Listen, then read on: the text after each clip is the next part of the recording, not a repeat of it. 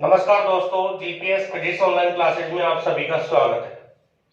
Last class में हमने विद्युत क्षेत्र की जो तीव्रता है वो एकल बिंदु आवेश के कारण प्राप्त की थी और एकल बिंदु आवेश के कारण विद्युत क्षेत्र की तीव्रता का जो सूत्र हमको जो प्राप्त हुआ था वो था E बराबर के क्यू बटे आर स्क्वायर, यानी E का जो मान होता है वो के क्यू बटे आर स्क्वायर के बराबर होता है। ये एकल बिंदु आवेश के कारण विद्युत क्षेत्र की तीव्रता थी। आज हम यहाँ पर आवेशों के निकाय के कारण विद्युत क्षेत्र की तीव्रता पढ़ेंगे। आवेशों के निकाय के कारण विद्युत क्षेत्र की तीव्रता का हमको यहाँ पर अध्ययन करना है। अभी आवेशों का निकाय क्या होता है? अगर किसी स्थान पर दो से अधिक आवेश अगर रखे हुए हैं, यानी दो से अधिक अगर आवेश स्थित है, दो से अधिक कितने भी हो सकते हैं, तो उस आवेशों के समूह को आवेशों का निकाय कहेंगे। यानी अगर किसी स्थान पर दो या दो से अधिक अगर आवेश रखे हुए हैं, यानी दो से अधिक आवेशों की अगर संख्या है, तो उस आवेशों के समूह को आवेशों का निकाय कहा जाएगा। मित्रों, तो आप समझ चुके होंगे कि आवेशों का निकाय क्या होता है। किसी स्थान पर अगर दो से अधिक आवेश यदि रखे हुए हैं, तो उन आवेशों का जो समूह होता है उसी को आप क्या कहोगे? उसी को आप आवेशों का निकाय कहोगे। तो हम यहाँ पर n आवेशों का एक समूह लेंगे, यानी अपने पास आवेशों की जो संख्या होगी वो हम n मान लेंगे। तो अपने पास n आवेशों का एक समूह है, तो उसे n आवेशों का निकाय कह सकते हैं। आवेशों के निकाय के कारण विद्युत क्षेत्र की तीव्रता ज्ञात करने के लिए हम क्या करते हैं? ये एक निर्देश तंत्र लेते हैं। ये यहां पर x अक्ष है मित्रों, और इधर ये y अक्ष है।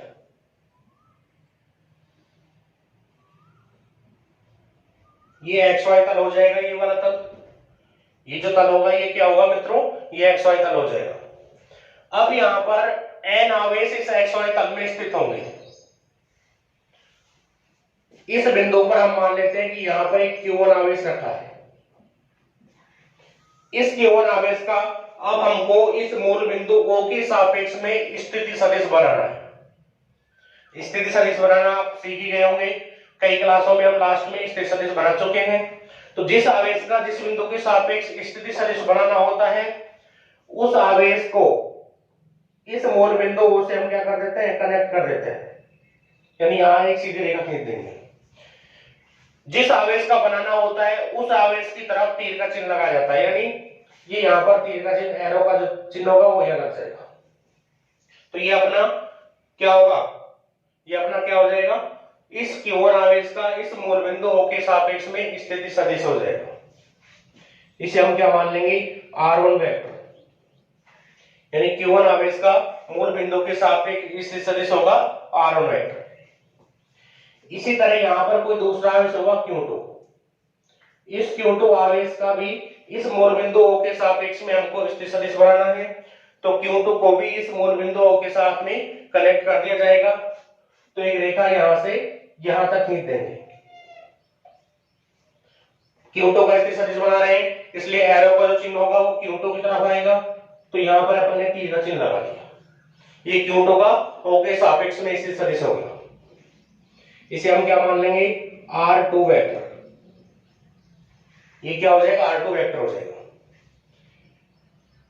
यहां पर कोई Q3 आवेश होगा, उस Q3 आवेश का बनाना है, तो Q3 आवेश को इससे मिला देंगे। ये क्या होगा मित्रों? ये R3 वेक्टर हो जाएगा। एरो का चिन्ह यहां लग जाएगा।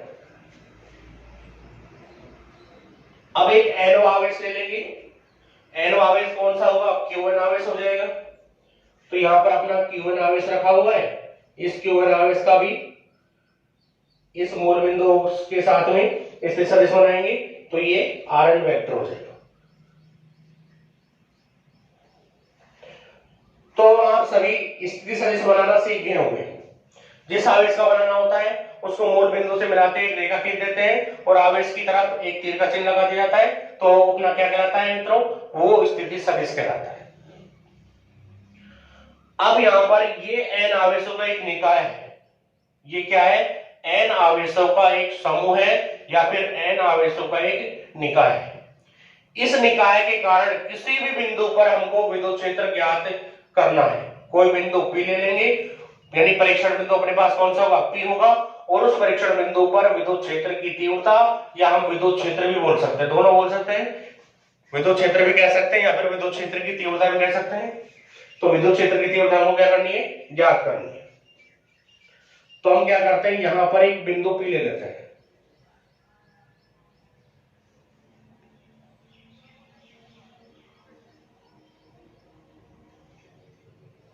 यहां पर हमारे पास एक बिंदु P है, और इस बिंदु P पर हमको विद्युत क्षेत्र की तीव्रता ज्ञात करनी है। इसकी ऊंचाई को हम थोड़ा छोटा कर लेते हैं,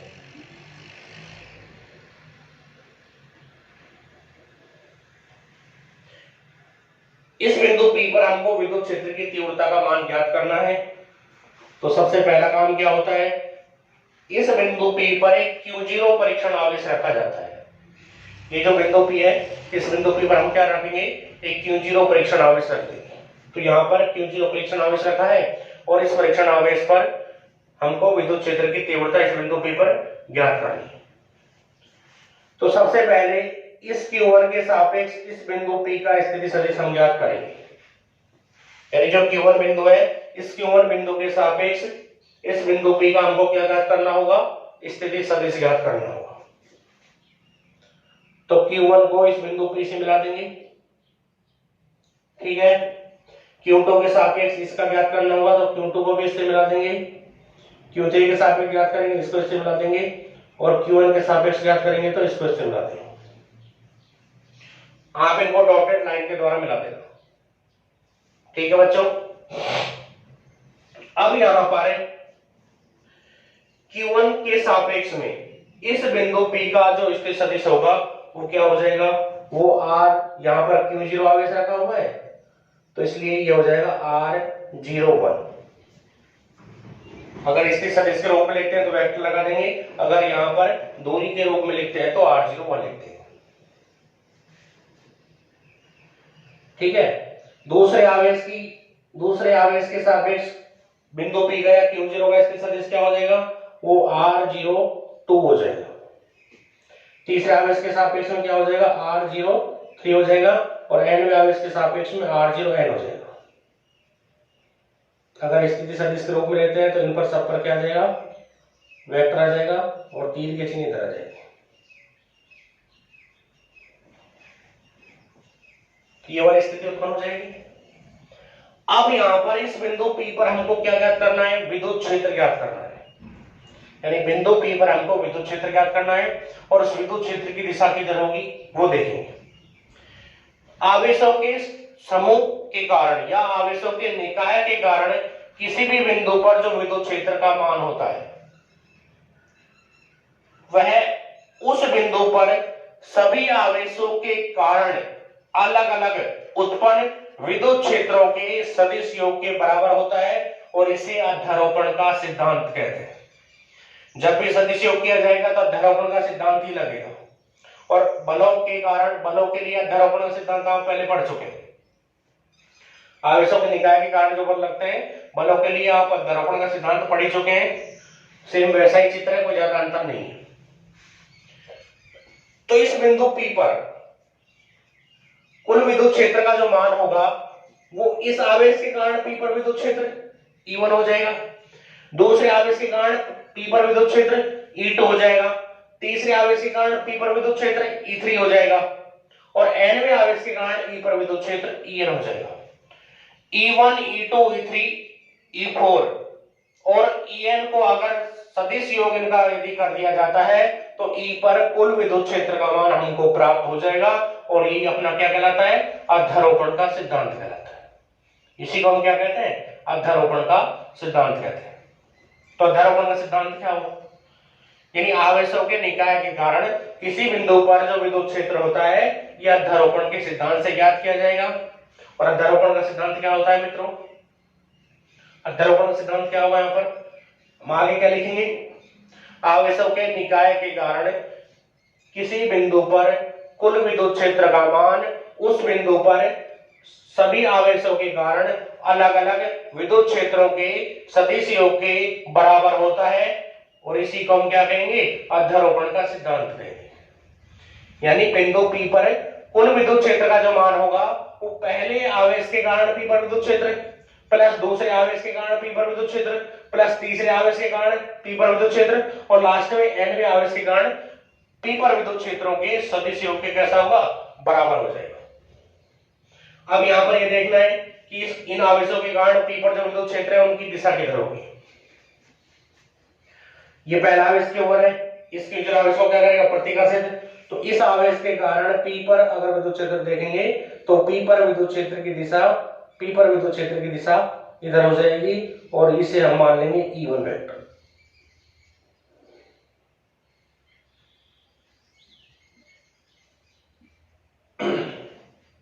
ये E1 वेक्टर हो जाएगा, ठीक है, ये अपना E1 वेक्टर हो गया। इसके बाद में दूसरा आवेश ये है, इस आवेश के कारण यहाँ पर विद्युत क्षेत्र अगर देखेंगे तो ये आवेश धन आवेश है, ये भी यहाँ पर धन आवेश है, ये भी इसको क्या करेगा, प्रतिकर्षित करेगा। तो इस आवेश के कारण, इस दूसरे आवेश के कारण P पर विद्युत क्षेत्र की अगर दिशा देखेंगे तो P पर विद्युत क्षेत्र की दिशा इधर होगी, कि विद्युत क्षेत्र हो जाएगा बच्चों E2 वेक्टर। समझ में आ गया? अगर नहीं आया तो दोबारा देखो। पहला आवेश इस केंद्रीय आवेश को क्या करता है, प्रतिकर्षित। तो प्रतिकर्षण बल लगता है इधर की तरफ, यहां से इधर की ओर, तो विद्युत क्षेत्र बल की दिशा में होता है, तो ये विद्युत क्षेत्र E1 वेक्टर हो गया पहले आवेश के कारण। दूसरा आवेश इस आवेश को क्या करेगा, ये भी प्रतिकर्षित करेगा, तो विद्युत क्षेत्र E2 वेक्टर ये हो गया। तीसरा जो आवेश है, तीसरा आवेश भी इसको क्या करेगा, वो भी इसको प्रतिकर्षित करेगा, तो तीसरे आवेश के कारण विद्युत क्षेत्र E3 वेक्टर की दिशा ये हो जाएगी, ठीक है। ये n आवेश है Qn, ये भी इसको क्या करेगा, प्रतिकर्षित Q0 को, तो n आवेश के कारण विद्युत क्षेत्र En वेक्टर की दिशा इधर हो जाएगी। ये बिंदु P है और यहां पर जो रखा हुआ आवेश है वो कौन सा है, वो Q0। तो ये अपना चित्र प्राप्त हो जाएगा, ये चित्र हमको प्राप्त हो गया। अब इस बिंदु P पर कुल विद्युत क्षेत्र का मान E1 vector plus E2 vector plus E3 vector plus and so on En vector के बराबर होगा, और ये अपना कुल विद्युत क्षेत्र है। और इसी को हम क्या कहते हैं, अध्यारोपण का सिद्धांत के द्वारा इस कुल विद्युत क्षेत्र का मान हम ज्ञात करते हैं। बिल्कुल क्लियर हो गया होगा, ठीक है। चले आगे। तो ये आपको चित्र अपनी नोटबुक में दाईं तरफ ड्रॉ करना है, जैसे मैंने बोर्ड पर दाईं तरफ बनाया, आप भी इसको दाईं तरफ बनाओगे। चित्र के बगल में जहां तक चित्र आता है वहां तक आप जगह छोड़ सकते हो बाईं ओर, वहां पर अगर आपको कुछ लिखना है तो वो आप लिख लेना। अब यहां पर लिखना क्या होता है वो मैं एक बार आपको बता देता हूं। आवेशों के निकाय, ये अपने पास कोई आवेशों का निकाय है तो क्या मानेंगे, माना कोई आवेशों का निकाय जिसमें Q1 Q2 Q3 dot dot dot Qn आवेश स्थित है। इनके मूल बिंदु O के सापेक्ष स्थित सदिश क्रम से R1 vector, R2 vector, R3 vector और Rn वेक्टर है। ये हो गया। आवेशों के इस निकाय के कारण बिंदु P पर, आवेशों के इस निकाय के कारण बिंदु P पर कुल विद्युत क्षेत्र का मान ज्ञात करना है, ये लिख दोगे। उसके बाद क्या लिखोगे, Q1 आवेश के कारण, Q1 आवेश के कारण बिंदु P का, या फिर ऐसे लिख सकते हो Q1 Q2 Q3 Q4 dot dot dot Qn आवेशों के कारण बिंदु P के स्थिति सदिश क्रम से R01 vector, R02 vector, R03 vector dot dot dot R0n vector है, ये लिख दोगे, ठीक है। इन आवेशों के कारण P पर विद्युत क्षेत्र की तीव्रताएं क्रम से E1 vector, E2 vector, E3 vector और En वेक्टर है। अब इस बिंदु P पर कुल विद्युत क्षेत्र की तीव्रता जब ज्ञात की जाएगी तो धाराकोण सिद्धांत से ज्ञात करेंगे। तो बिंदु P पर कुल विद्युत क्षेत्र का जो मान होगा वो क्या होगा मित्रों, बिंदु P पर कुल विद्युत क्षेत्र क्या हो जाएगा, बिंदु P पर कुल विद्युत क्षेत्र प्रत्येक आवेश के कारण P पर अलग अलग विद्युत क्षेत्रों के सदिश योग के बराबर आएगा। तो आगे क्या लिखेंगे हम,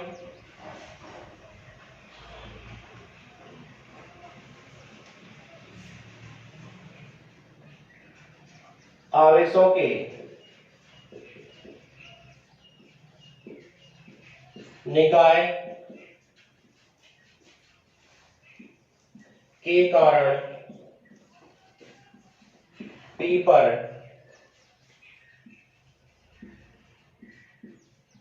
कुल विद्युत क्षेत्र। अध्यारोपण के सिद्धांत से लिखेंगे, ये एक प्रोसीजर है, जैसे बल लिखते हैं वैसे लिखेंगे। ई वेक्टर बराबर किसके होगा, पहले आवेश के कारण विद्युत क्षेत्र E1 वेक्टर प्लस दूसरे आवेश के कारण विद्युत क्षेत्र E2 वेक्टर प्लस तीसरे आवेश के कारण विद्युत क्षेत्र E3 वेक्टर प्लस लगा के एंड सो ऑन प्लस nवें आवेश के कारण विद्युत क्षेत्र En वेक्टर। यानी आवेशों के निकाय के कारण P पर जो कुल विद्युत क्षेत्र होगा वो पहले आवेश के कारण P पर विद्युत क्षेत्र, दूसरे आवेश के कारण P पर विद्युत क्षेत्र, तीसरे आवेश के कारण P पर विद्युत क्षेत्र और nवें आवेश के कारण P पर जो विद्युत क्षेत्र है उन सब का कौन सा योग किया जाएगा मित्रों, उन सब का सदिश योग करेंगे। यहां आपको थोड़ा ध्यान देना है, विद्युत क्षेत्र E सदिश राशि है जिसकी दिशा प्लस आवेश से माइनस आवेश की ओर होती है। तो सदिश राशियों का जब भी टोटल किया जाता है तो योग कौन सा आएगा, सदिश योग। इसलिए यहां पर अपन ने सदिश योग किया है क्योंकि विद्युत क्षेत्र कैसी राशि है, सदिश राशि। और सदिश राशियों को जोड़ने के लिए सिद्धांत कौन सा लगता है, अध्यारोपण का सिद्धांत। तो ये अध्यारोपण के सिद्धांत से लिखा है, ठीक है। तो अब यहां पर इन सब के मान हम ज्ञात करेंगे। एकल बिंदु आवेश के कारण, देखो फिजिक्स की सबसे बड़ी प्रॉब्लम क्या होती है, जिस टॉपिक से पहले हम टॉपिक पढ़ चुके हैं उनका यूज होता है, यहां पर उनका डायरेक्ट उपयोग किया जाता है। मान लो आवेशों के निकाय के कारण विद्युत क्षेत्र हम ज्ञात कर रहे हैं, इससे पहले का टॉपिक अगर हमको याद नहीं है, इससे पहले का सूत्र हमको याद नहीं है तो आपको कुछ समझ में नहीं आएगा। तो इसलिए आपको साथ साथ पढ़ना है, बीच की एक भी वीडियो ड्रॉप नहीं करनी है, सभी वीडियो देखनी है। इससे पहले का टॉपिक देखोगे तभी आपको याद रहेगा कि विद्युत क्षेत्र की तीव्रता का सूत्र डायरेक्ट लिया गया है और ये सूत्र होता क्या है। तो यहां पर इस Q1 आवेश के कारण P पर विद्युत क्षेत्र है E1 वेक्टर। सबसे पहले हम यहां पर E1 वेक्टर का मान ज्ञात करेंगे कि E1 वेक्टर क्या है। इन सभी आवेशों को थोड़ी देर के लिए हटा देते हैं। मान लेते हैं कि यहां पर केवल एक ही आवेश है। अगर यहां पर Q1 आवेश है तो Q1 आवेश के कारण P पर विद्युत क्षेत्र E1 होगा और E1 का मान, यानी ये एक एकल बिंदु आवेश है और एकल बिंदु आवेश के कारण विद्युत क्षेत्र कितना होता है, KQ/R² होता है। एकल बिंदु आवेश के कारण विद्युत क्षेत्र क्या होता है बच्चों, KQ/R² होता है और Q की जगह क्या रख दोगे, Q1। सबसे पहले क्या लिखोगे, Q1 आवेश, पहला आवेश अपना कौन सा है, Q1 है। तो Q1 आवेश के कारण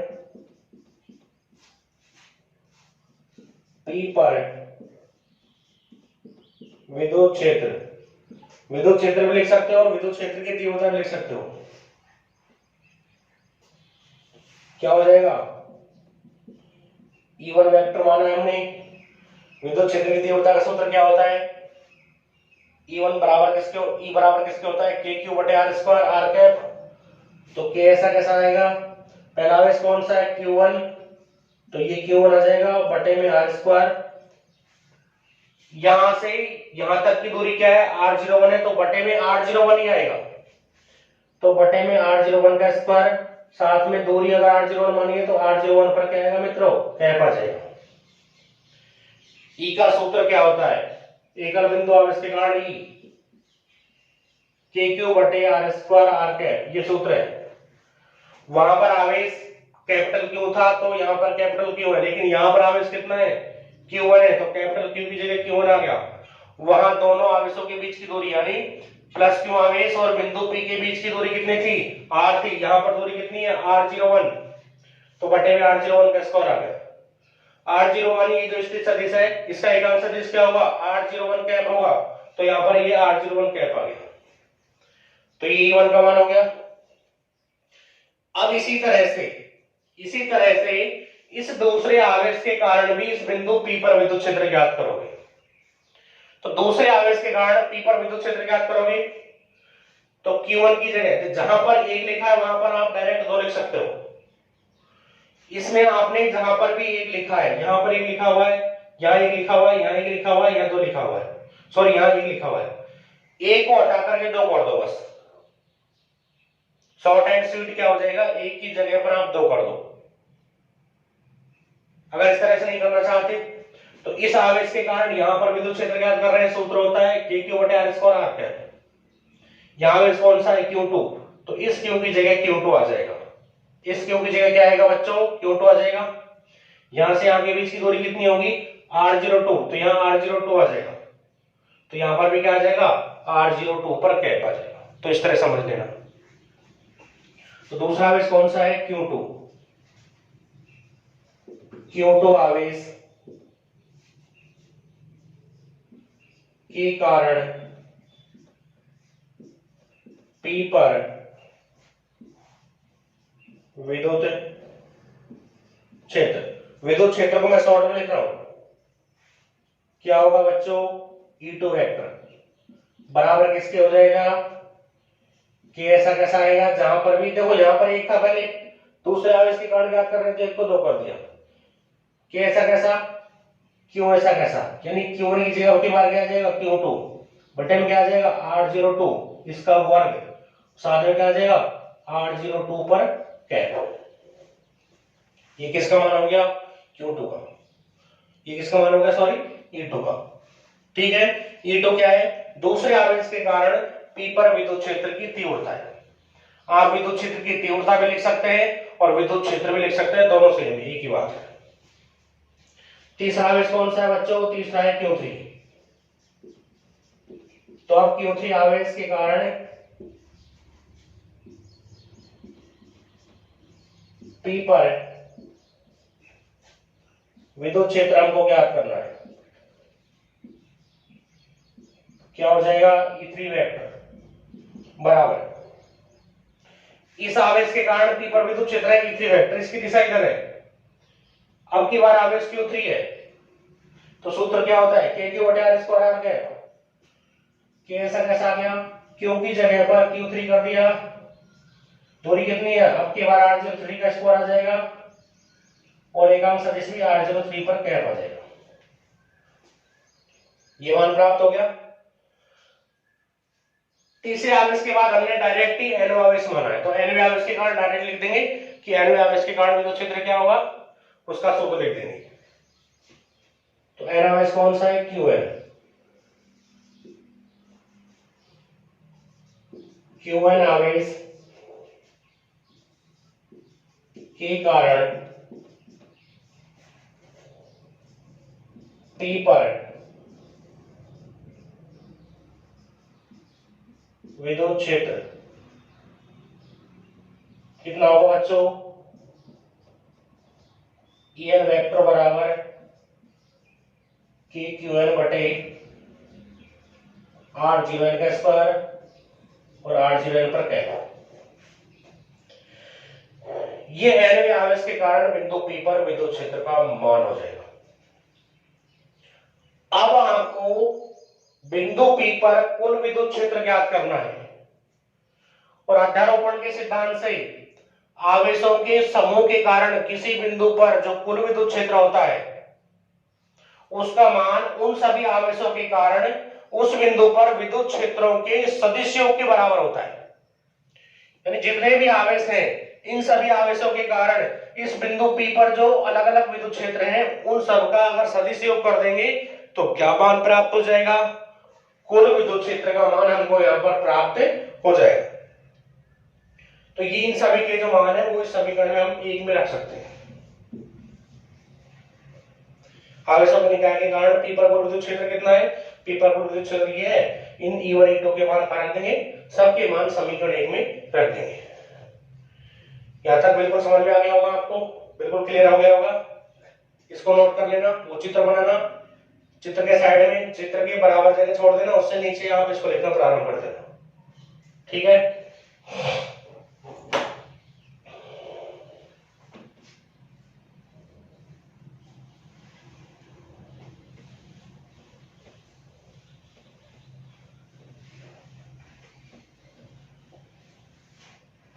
आगे क्या लिखेंगे, सभी मानों को ये लिख सकते हैं E1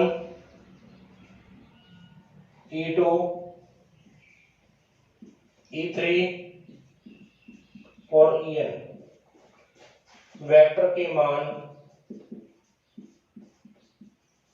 समीकरण 1 में रखने पर, यानी इन सभी मानों को समीकरण 1 में रख देते हैं। समीकरण 1 क्या है? ई वेक्टर बराबर E1 vector plus E2 vector plus E3 vector plus and so on plus En vector, ये समीकरण 1 अपनी।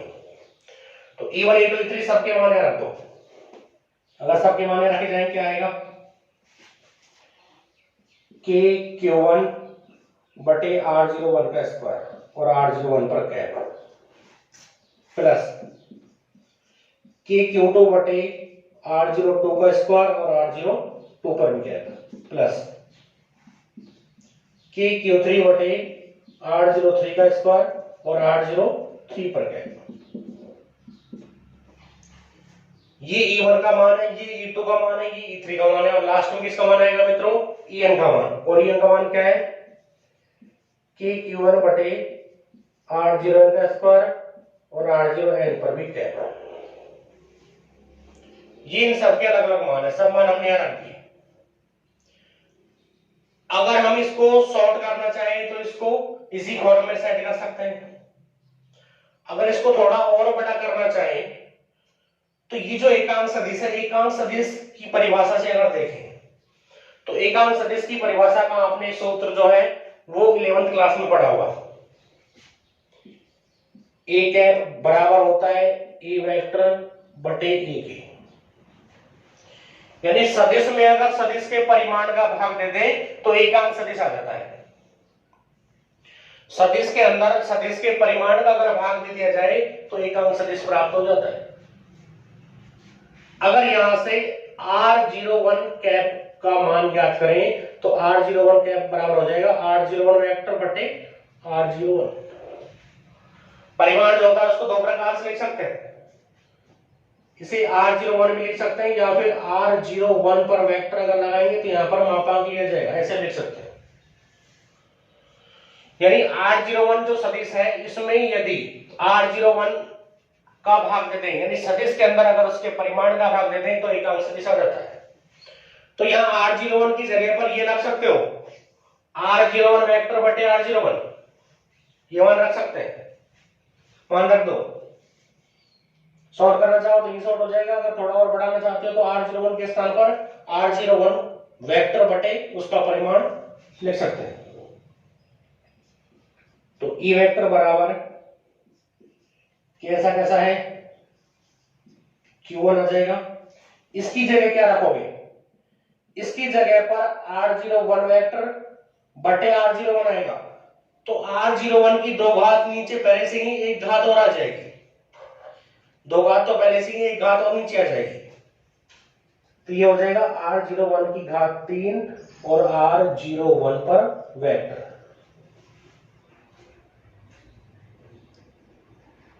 R01 कैप बराबर लिखा हुआ है, R01 कैप बराबर होता है R01 वेक्टर बटे R01, ये होता है।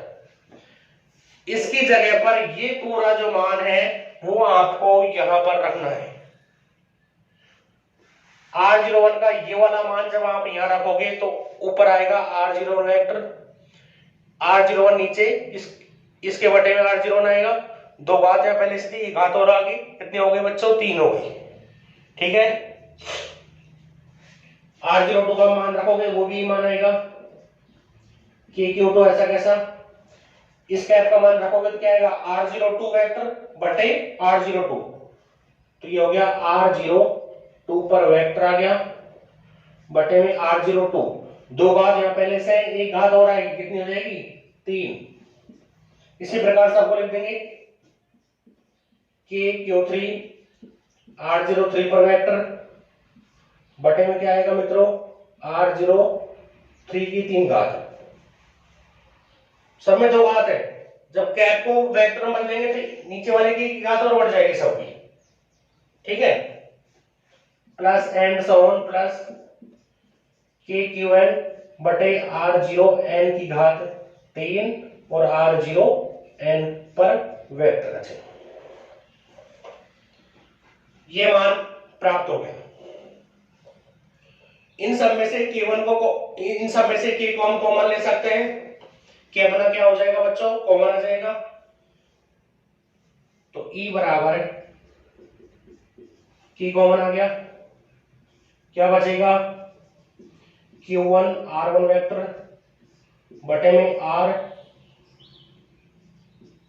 R01 का क्यूब प्लस Q2 R02 पर वेक्टर बटे में R02 का क्यूब प्लस Q3 R03 पर वेक्टर R03 का क्यूब। यहां से क्या हट गया, यहां से क्या हट गया, यहां से क्या हट गया, जो बाकी जो शेष बचेगा उसे कोष्टक में लिख देंगे plus and so on. Last में क्या चला गया, क्या बचा Qn R0n पर वेक्टर बटे में R0n का क्यूब। ये मान प्राप्त हो गया। K का मान क्या होता है मित्रों, K का मान होता है 1/4 पाई एप्सिलॉन नॉट। K का मान रख देंगे। अब इस कोष्टक के अंदर जो राशि है, पहली राशि है, दूसरी है, तीसरी है, चौथी है, सबके बीच में प्लस का चिन्ह है, यानी ये सब राशियों का क्या योग है। और राशियों की योग को हम समीकरण के द्वारा व्यक्त कर सकते हैं।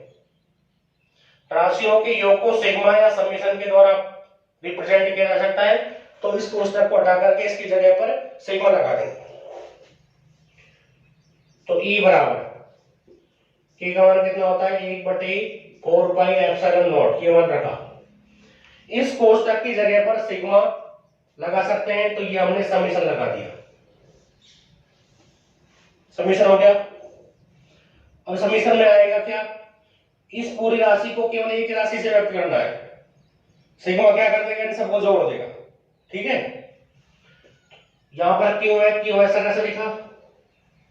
अब जो मान चेंज हो रहा है उस मान को आप आई मान लेना। यहां पर 1 लिखा हुआ है, यहां पर 2 लिखा हुआ है, क्यों के साथ सफिक्स में संख्या बदल रही है, 1 से n तक जा रही है, तो जो वैल्यू चेंज हो रही है उसको आपने आई मान लिया, ये आई हो गया क्यू आई, ठीक है। नीचे आ रहा है, आर ऐसा कैसा आएगा, सब में आ रहा है तो आर आ गया, जीरो सब में तो जीरो ऐसा कैसा आ गया। जीरो के बाद की संख्या क्या हो रही, चेंज हो रही है, 1 2 3 और n, तो जो संख्या चेंज होती है उसको आई मान लो, ये आई हो गया। जीरो के बाद में हमने क्या लगा दिया, आई लगा दिया। क्यूब सब में है तो क्यूब इसका ऐसा कैसा आ जाएगा, ठीक है मित्रों, समझ में आ गया। दोबारा देखो, इस कोष्टक के अंदर जो राशि है उसको समीकरण में चेंज करना है, तो ये हमने समीकरण लगा दिया। समीकरण क्या करता है, इन सभी राशियों को जोड़ता है, यानी कोष्टक के अंदर पूरी राशि को हम सिग्मा में बदल रहे हैं। यहां पर क्यों लिखा हुआ है, क्यों लिख दिया, क्यों के साथ में यहां पर 1 है, अगले पद में 2 है, उससे आगे 3 है, उससे आगे n है, तो जो मान बदल रहा है क्यों के साथ में ये वाला मान चेंज हो रहा है, तो इसको आई मान लिया, ठीक है। इसके बाद में क्या है, बटे में आर है, सब में आर है तो आर को ऐसा कैसे लिखा, जीरो सब में है तो जीरो ऐसा कैसे लिखा, जीरो के बाद का जो सफिक्स बदल रहा है 1 से n तक, तो इसको भी आई मान लिया। क्यूब सब में है तो एक बार क्यूब लगा दिया, साथ में आर जीरो सब में है, जीरो के बाद की संख्या बदल रही है तो इसको भी आई मान लिया, और ये वेक्टर का चिन्ह हो गया। यानी इस कोष्टक के अंदर जो मान है, इस मान को हम सिग्मा क्यू आई R0i का क्यूब और R0i का वेक्टर ये मान सकते हैं, ये लिख सकते हैं। यहाँ पर i का मान कहां से कहां तक बदल रहा है, ये आपको पता है, i का मान 1 से लेकर के n तक बदल रहा है। तो यहाँ पर विद्युत क्षेत्र का जो मान होगा, आवेशों के निकाय के कारण विद्युत क्षेत्र का जो मान होगा वो E वेक्टर बराबर 1/4 पाई एप्सिलॉन नॉट, समीकरण i की वैल्यू 1 से लेकर के n तक है, क्यू वाई R0i वेक्टर बटे R0i का क्यूब, ये मान हमको प्राप्त हो जाएगा। साइड में लिख देंगे हमने, यहाँ पर k का मान क्या रखा है मित्रों, k बराबर रखा है 1/4 पाई एप्सिलॉन नॉट, ये k का मान है। तो इस तरह से हम आवेशों के निकाय के कारण विद्युत क्षेत्र की तीव्रता का मान ज्ञात कर सकते हैं। अपने पास एक n आवेशों का एक समूह था और उस समूह के कारण हमने विद्युत क्षेत्र की तीव्रता ज्ञात की है।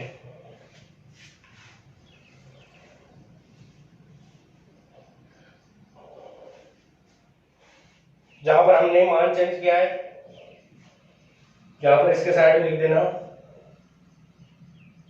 चूंकि R01 कैप बराबर R01 वेक्टर बटे में R01 होता है।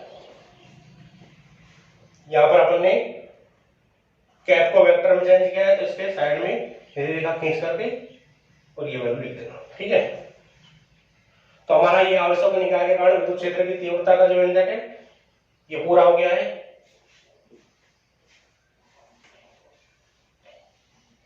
यानी ये जो समीकरण आएगी, इस वाले समीकरण के आगे लिखना है आपको, क्योंकि R01 कैप बराबर किसके है, R01 वेक्टर बटे में R01, इस समीकरण के आगे लिखा जाएगा।